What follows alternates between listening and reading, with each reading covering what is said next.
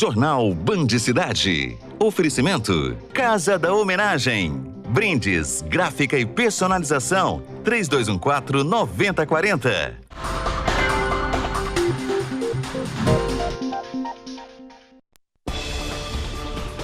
O Band Cidade de hoje vai mostrar: professora é presa por cultivar maconha em casa. Eu tenho depressão e transtorno de ansiedade, então eu utilizo. Flagrante de assalto no meio da rua. E foi muito rápido, eles agiram muito rápido. Festa de Nossa Senhora da Abadia atrai milhares de fiéis e aumentam acidentes rumo à cidade de Romaria. Tem também um esporte especializado com Ronei Bentes. Olá, uma boa noite para você. Uma professora foi presa agora à tarde em Uberlândia, acusada de tráfico de drogas porque cultivava a maconha no quintal de casa. Para a polícia, ela disse que usava a erva para fins medicinais. A maconha apreendida estava em uma residência no bairro Jardim Finote. Os vizinhos, incomodados com a movimentação, fizeram denúncia anônima de um possível tráfico de drogas. A dona da residência disse que plantou a maconha para fazer uso medicinal, alegando transtornos de ansiedade e depressão. Eu tenho depressão e transtorno de ansiedade, então eu utilizo como uma forma medicinal de me acalmar e de evitar que eu faça uso de outras substâncias como Rivotril ou ansiolíticos. Mesmo sabendo que o plantio é ilegal, ela mantinha a planta em casa. Eu procurei, é bem burocrático da Anvisa, mas eu estava no caminho de buscar conseguir essa autorização. A professora diz que ela e a companheira são usuárias, mas, segundo a polícia, a quantidade e a forma de distribuição caracterizam tráfico de drogas.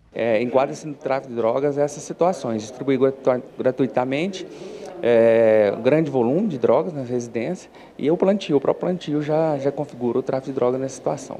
Ao todo, foram apreendidos 6 potes de folhas de maconha, uma estufa, além de adubos líquidos e terras próprias para o plantio da erva. A dona do material tem passagens pela polícia por outros motivos. 3 outras passagens pela polícia: perturbação do sossego, atrito verbal e dano.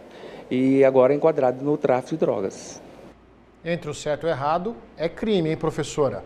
E você já reparou pelas ruas de Uberlândia vários outdoors com a frase "Quem matou o Cairo?" A família de um empresário assassinado há mais de 2 anos em Uberlândia ainda aguarda uma resposta sobre o que aconteceu. E para evitar que o crime seja esquecido e pedir agilidade nas investigações, eles começaram uma campanha nas redes sociais e nas ruas. 18 outdoors como esse foram espalhados em Uberlândia. Nas redes sociais, a família do empresário Cairo Luiz Mendes Borges, morto em outubro de 2017, colocou esse vídeo. A mãe e a filha do empresário do ramo financeiro querem pressionar a polícia. São 2 anos e 10 meses do crime e nenhuma resposta dos autores. Eu não sei por que não houve interesse em investigar isso, mas a nossa campanha é para que meu pai não seja mais um nessas estatísticas, né? A gente sabe que tem milhares de famílias vivendo essa situação. A família começou a campanha porque não entende a demora na investigação. Foram disponibilizadas imagens das câmeras de segurança da casa e do escritório de Cairo Borges, 3 dias antes de seu assassinato. O vídeo mostra que os locais estavam sendo vigiados. Homens que faziam monitoramento foram flagrados e, mesmo assim, a polícia não prendeu ninguém. Cairo foi baleado quando dirigia seu carro próximo do escritório onde trabalhava. Foi acompanhado, seguido durante muitos dias, então não tem uma outra, assim, pelo menos para a gente, que a gente nunca teve contato com esse tipo de coisa, que foi uma coisa encomendada. Durante a coletiva, a família tentou provar que os negócios de Cairo eram legais. Ele comprava dívidas bancárias e passava a cobrar essas pessoas. A família assumiu que essas cobranças podem ter incentivado o assassinato. Inclusive, em depoimento, apontaram nomes de alguns suspeitos. A família não quis revelar quem são essas pessoas. Como a polícia não deu uma resposta até hoje, também estão com medo. As autoridades têm condições de nos responder isso. A gente não precisa apontar dedo para ninguém. Em nota, a Polícia Civil afirma que as investigações continuam e que estão trabalhando em 3 linhas diferentes para identificar não só o mandante, mas quem também participou efetivamente desse crime. E ainda é um mistério a morte de 2 bebês no noroeste do estado. Em um dos casos, O corpo de um recém-nascido foi encontrado em um lixão. O outro foi levado morto ao hospital pelos próprios pais.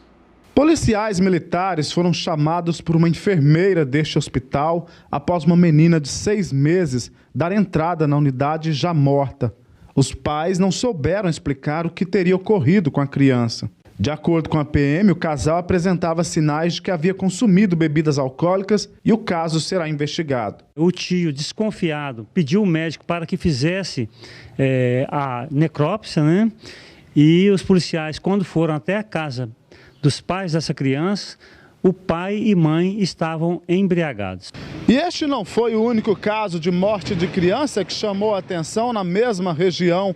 Em Buritis, também no noroeste de Minas, um recém-nascido foi encontrado morto dentro do lixão da cidade. A imagem mostra o bebê em cima de um pedaço de papelão. Uma catadora de recicláveis de 45 anos fazia a coleta e seleção dos materiais que haviam sido descarregados dentro do lixão. Segundo a mulher, ela abriu um saco de lixo e viu o recém-nascido ainda com o cordão umbilical, mas já sem vida. A polícia segue em rastreamento aí na tentativa de localizar a mãe dessa criança, né, que ela já havia nascido. Que mãe é essa que tem coragem de fazer uma barbaridade assim? E foi identificado o corpo da mulher encontrado em estado avançado de decomposição na última quarta-feira no bairro São Benedito, em Uberaba. O nome da jovem, de 24 anos, é Ellen Daiane Santos. O reconhecimento foi feito pela irmã neste final de semana. O suspeito pelo crime, que mora na casa onde o corpo foi encontrado, ainda continua foragido. E o final de semana foi marcado pela violência na região. Em Araguari, um morador de rua foi assassinado.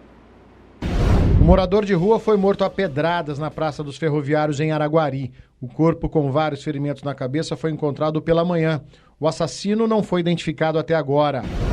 Uma mulher de 40 anos foi esfaqueada dentro de casa no Parque São Geraldo, em Uberaba. Segundo a polícia, ele estava em um bar e foi seguida pelo ex-companheiro. Ele, que não aceitava o fim do relacionamento, tentou matar a mulher.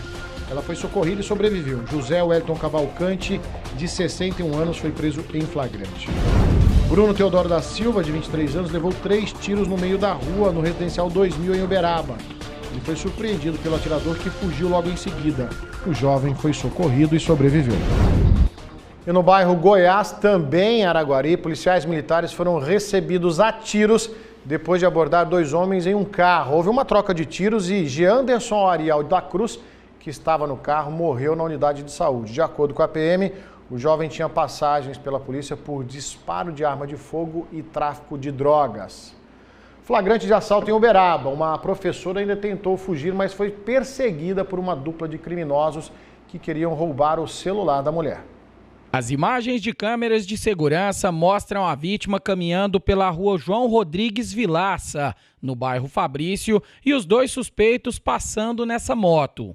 Eles tentaram abordar uma estudante que, ao perceber que seria assaltada, fugiu correndo.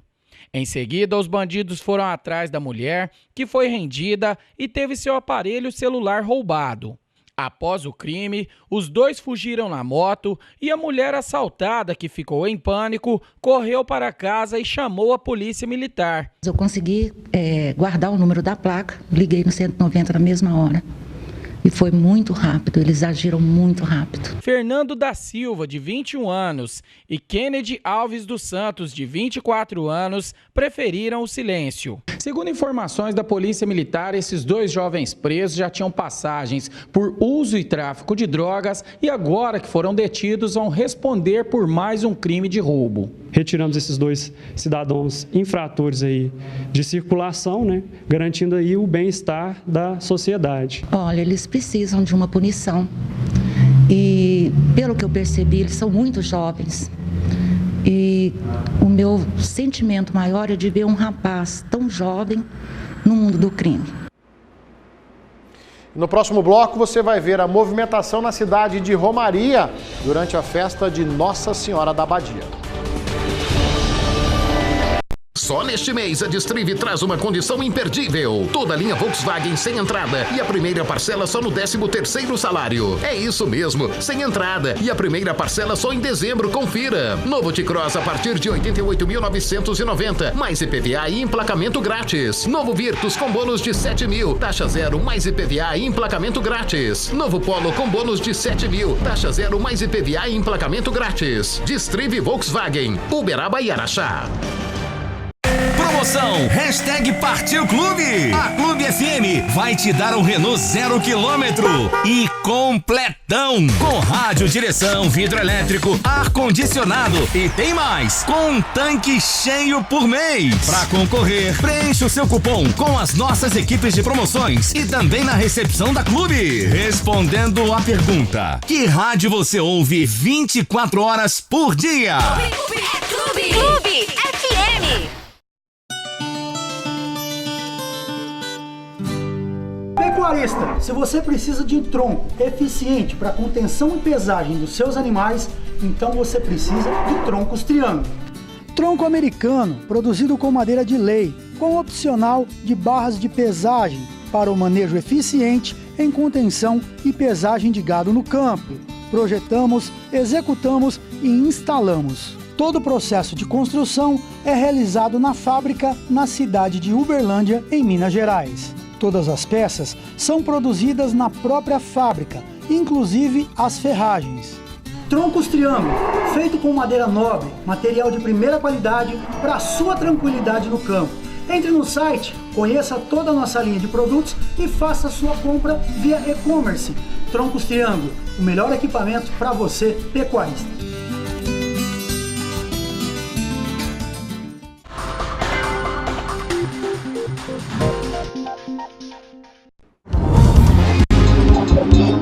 Agronegócio. Segunda-feira é dia de conferir as cotações do agronegócio na região. Veja. A saca de 60 quilos do milho seco é encontrada em Uberlândia a R$ 31,00. A soja em grãos, a saca também de 60 quilos, R$ 75,00 na cidade de Uberaba. O café arábica tipo 6, duro, a saca de 60 quilos, está a R$ 410,00 em Patrocínio. A arroba do boi gordo, R$ 148,50 no Triângulo Mineiro. O litro do leite está sendo negociado no Triângulo Mineiro entre R$ 83 e R$ 1,65.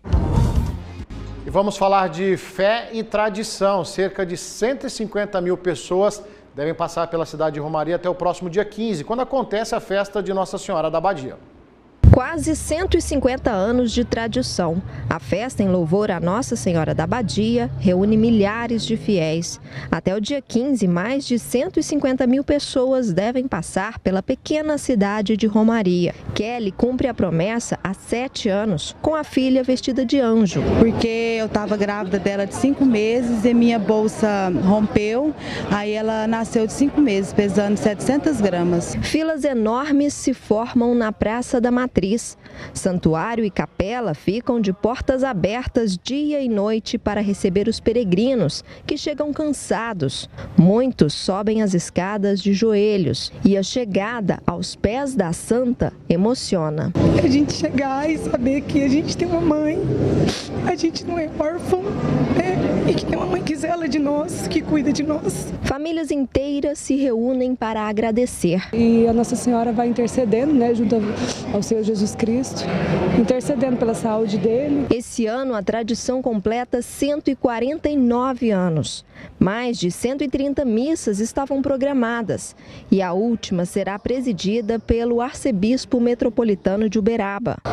Nós temos em 15 dias, esse ano, por exemplo, 132 missas e quase todas elas lotadas. E para que todos os peregrinos possam participar das celebrações, as missas foram ampliadas. Nós programamos 130 missas, mas todos os dias temos mais 4 a mais, 5 a mais. Vamos chegar a 150, 170 missas até dia 15 de agosto. Sem dúvida, uma festa muito bonita. Agora, o que preocupa nessa caminhada da fé até Romaria é a quantidade de acidentes nas estradas rumo à cidade. Esse final de semana, mais pessoas ficaram feridas em 2 acidentes. Na rodovia MG-190, Frank de Oliveira Braz, de 32 anos, morreu atropelado quando decidiu descansar à margem da estrada. Ele e mais 4 romeiros seguiam de Monte Carmelo a Romaria. Às 4 horas da manhã, no quilômetro 45, decidiram descansar. Um caminhão Scania jogou o veículo para a lateral da pista e uma das rodas acertou Frank, que foi levado para o hospital de Monte Carmelo e não resistiu aos ferimentos.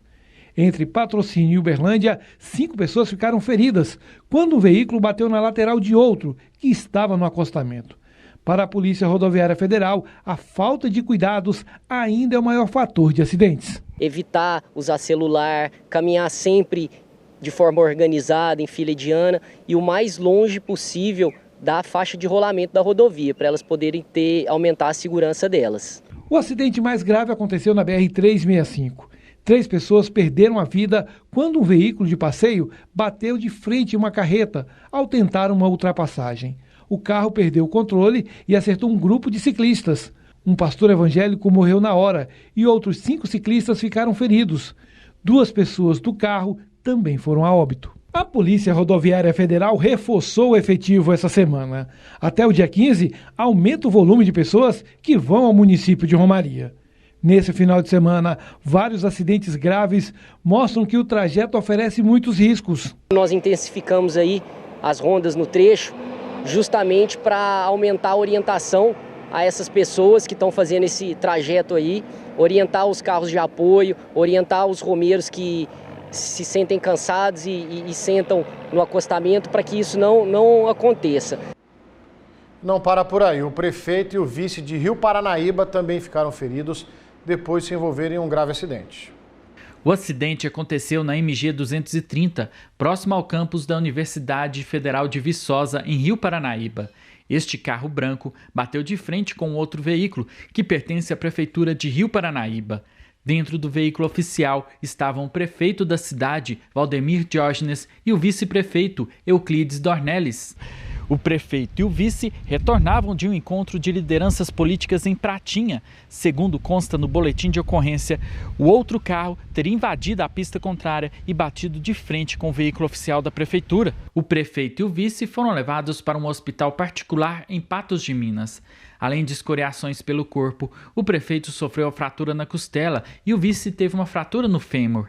Já o condutor do outro veículo, Daniel Francisco da Rocha, estava embriagado e foi levado com ferimentos para o Hospital Regional de Patos de Minas. O carro dele foi apreendido, já que estava sem o licenciamento. O veículo da prefeitura estava com a documentação regular. Veja agora os outros acidentes na região nas últimas 48 horas. O bitrem carregado de cana-de-açúcar teria feito uma ultrapassagem proibida na BR-050, próximo ao Distrito Industrial de Uberaba, quando bateu de frente com um carro que vinha no sentido contrário.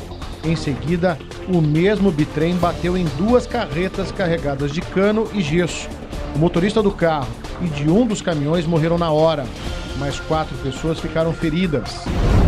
No anel viário em Uberaba, um motociclista morreu depois de bater na traseira de um carro que fez uma conversão proibida. Edmar Jesus da Silva, de 50 anos, morreu na hora. O motorista do carro fugiu do local, mas foi preso em seguida quando procurou atendimento médico próximo ao acidente. O carro com 8 pessoas dentro seguia pela BR-050, próximo a Uberaba, e foi atingido por um caminhão quando entrava no pátio de um posto de combustível. Todos ficaram feridos, um deles preso às ferragens. Várias equipes dos bombeiros e do SAMU trabalharam no resgate. Apesar da gravidade do acidente, ninguém corre risco de morrer. O motorista do caminhão não se feriu. O carro que seguia pela BR-262, sentido Uberaba Veríssimo, bateu nesse bitrem de cana-de-açúcar que vinha no sentido contrário. O motorista do carro ficou bastante ferido e foi levado para o hospital de clínicas. Depois de ser atendido, a polícia descobriu que ele estava embriagado e não tinha habilitação. A gente fica assustado com essa quantidade de acidentes, né? Eu vou fazer um intervalo rapidinho, na sequência tem um esporte especializado com o Ronei Bentes. Hoje, meu recado vai para você que está com a autoestima lá embaixo por causa do seu sorriso. Você precisa conhecer a Oral-Unique, uma clínica premium completa que realiza seus tratamentos com a máxima qualidade e segurança. E aqui em Uberaba, quem comanda o time de especialistas da Oral-Unique é o Dr. Pedro. Vai daí, doutor! É isso aí, Oscar. Aqui na Oral-Unique, nós devolvemos o seu belo sorriso com as famosas lentes de contato. É você com os sorrisos das celebridades. Ninguém faz melhor que a Oral-Unique. Vem! TH Segmed, 10 anos de confiabilidade, agilidade e ética. Especializada em segurança e medicina do trabalho. Realize exames ocupacionais em Uberaba e região. Informe-se e venha você também para a TH Segmed. Pequenos momentos são determinantes em nossa vida e ouvir perfeitamente faz toda a diferença. E na Telex Uberaba é muito mais que um aparelho auditivo. É aproveitar cada instante com muito prazer, viver cada segundo com mais qualidade de vida. A Telex possui o primeiro aparelho auditivo do mundo conectado à internet, com atendimento domiciliar e os melhores aparelhos auditivos para você aproveitar o melhor da vida. Telex Centro Auditivo, sede Uberaba. Sua audição é nossa especialidade. Jornal Band Cidade. Oferecimento Casa da Homenagem. Brindes, gráfica e personalização. 3214-9040.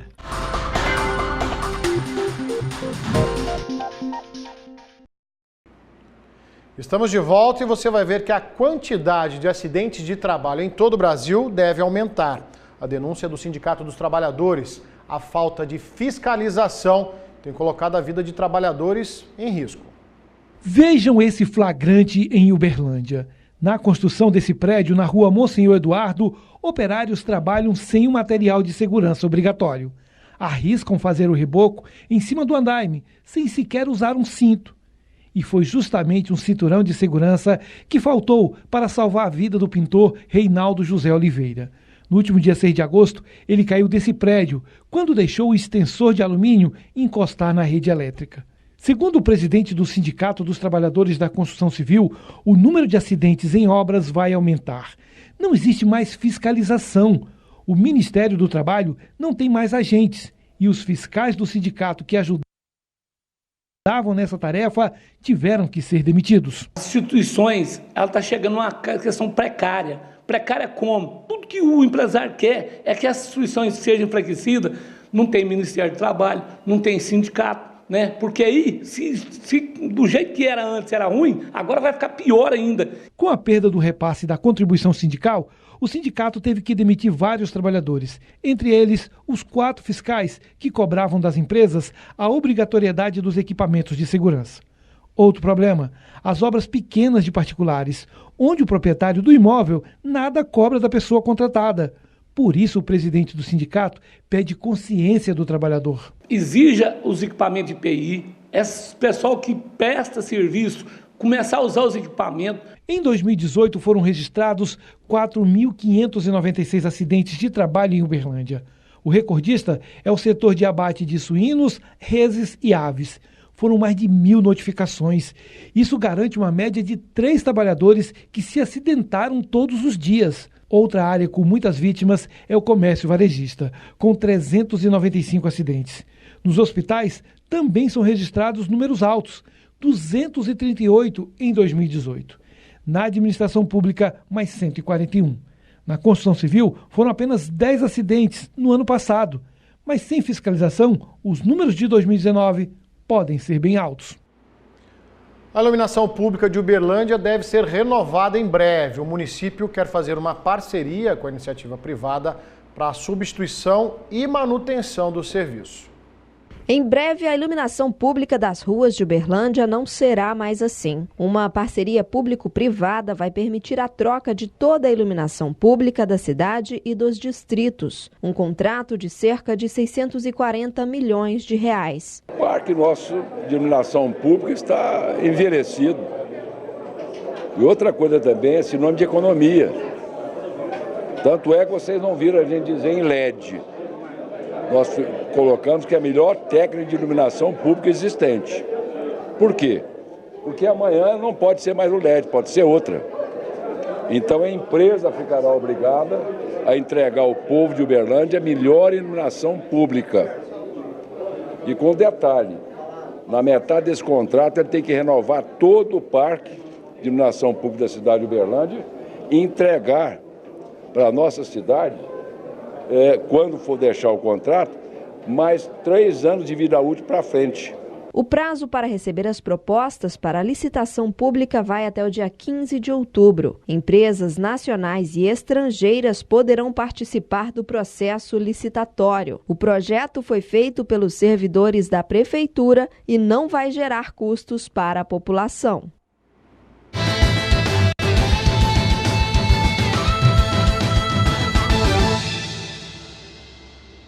É hora do esporte aqui no Band Cidade nessa segunda-feira e a gente começa falando do Campeonato Mineiro na segunda divisão, né, Ronei Bentes? Muito boa noite para você, seja bem-vindo no nosso programa. Começou no final de semana sem nenhum time da região, né? Boa noite, Magnete. Boa noite a todos. Pois é, lamentavelmente, nenhum time da região conseguiu entrar em campo na primeira rodada deste Campeonato Mineiro da segunda divisão. Eu disse aqui na sexta-feira, né? O Araguari teve problemas, não conseguiu regularizar jogadores, documentação irregular. O time foi punido, perdeu por WO para Patrocinense, pelo regulamento perdeu por 3-0 e agora a diretoria corre atrás para tentar evitar a eliminação da equipe, o que seria profundamente lamentável. E a outra equipe que não conseguiu também regularizar jogadores foi o Pirapora, que jogaria contra o Mamoré. E o Mamoré também, de acordo com o regulamento, ganhou por 3-0 e a situação agora fica para ser definida durante a semana aí. Ou seja, realmente uma situação muito complicada, muito confusa, principalmente em se tratando de campeonato mineiro da segunda divisão. Parece futebol amador, né? Mas é que eu te pergunto, Ronei, dentro da sua experiência, por que os times da nossa região eles não vingam? É falta de dinheiro, é falta de incentivo, não tem patrocínio dos empresários? Falta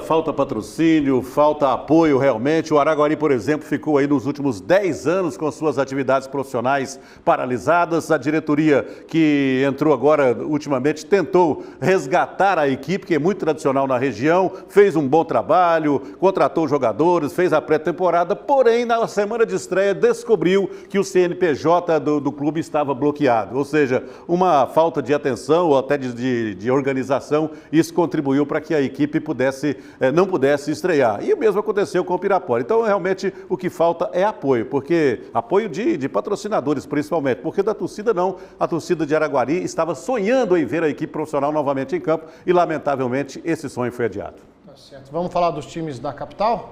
Vamos lá, né? Avaí e Cruzeiro? Cruzeiro e Atlético jogaram neste final de semana. A grande novidade do Cruzeiro foi a contratação do técnico Rogério Ceni, né, que veio para apagar incêndio. Ele chega amanhã a Belo Horizonte, deve ser apresentado às 2h30 da tarde e já vai estrear no jogo contra o Santos no final de semana, tentando tirar o Cruzeiro da zona de rebaixamento. O Cruzeiro jogou neste final de semana contra o Avaí, o lanterna do campeonato, e por pouco não perdeu, hein? O Avaí estava vencendo até no finalzinho, mas aos 49 minutos o Cruzeiro conseguiu o gol de empate, mesmo assim continua na zona de rebaixamento. Ou seja, o Rogério Ceni vai ter muito trabalho para tirar o Cruzeiro da crise. Não é uma crise só dentro de campo, não. Fora de campo também, muitos problemas envolvendo a diretoria do clube. Já o Atlético está numa situação bem melhor. O Galo jogou mais uma vez nesse final de semana diante da sua torcida, conseguiu outra boa vitória, desta vez foi sobre a equipe do Fluminense. O Galo que vem muito bem no Campeonato Brasileiro, sob o comando do técnico Rodrigo Santana, que era da URT, né? Está fazendo realmente um grande trabalho e o Atlético, com mais essa vitória, está entre os 4 melhores do Campeonato Brasileiro. Uma campanha surpreendente, porque todo mundo apostava que o Cruzeiro brigaria pelo título, né? E nessa altura da competição, o Cruzeiro está na lanterna, na zona de rebaixamento, e o Atlético está entre os melhores do campeonato. Mas muita coisa ainda vai acontecer pela frente aí. Agora, qual que é a expectativa, então, do torcedor aqui para esse segundo semestre? Né, o pessoal aqui do interior, o pessoal da capital? Olha, a expectativa é muito grande, principalmente em se tratando ainda de Cruzeiro e Atlético, né? O Cruzeiro perdeu o primeiro jogo da semifinal da Copa do Brasil para a equipe do Internacional, perdeu em casa e agora vai buscar a reabilitação fora de casa. O Atlético, além do Campeonato Brasileiro, tem também aí a Sul-Americana, ou seja, as expectativas são muito boas em relação aí ao final dessa temporada. E ainda falando de futebol, tem o Sub-20, né? Exatamente, Sub-20 do Uberlândia Esporte entrou em campo nesse final de semana, Campeonato Mineiro, penúltima rodada da primeira fase. O Uberlândia jogou contra o América, conseguiu a reabilitação, venceu por 2-1. Aliás, os dois times já entraram em campo classificados. A classificação do campeonato é a seguinte: os 5 melhores aqui: primeiro o Atlético, segundo o Uberlândia, terceiro o Tupi, quarto o América, quinto o Cruzeiro. Essas 5 equipes já estão classificadas para a próxima fase, faltando ainda uma rodada para definir o último classificado, e aí essas 8 equipes vão disputar as semifinais e, consequentemente, buscar aí o título desse Campeonato Mineiro Sub-20. Esporte especializado é aqui no Band Cidade com o Ronei Bentes, toda segunda e sexta-feira. Obrigado, Ronei, boa noite para você. Volto na sexta. Band Cidade vai ficando por aqui agradecendo a sua audiência. Voltamos amanhã, 7 horas da manhã, no Minas Urgente, primeira edição. Tchau, até lá.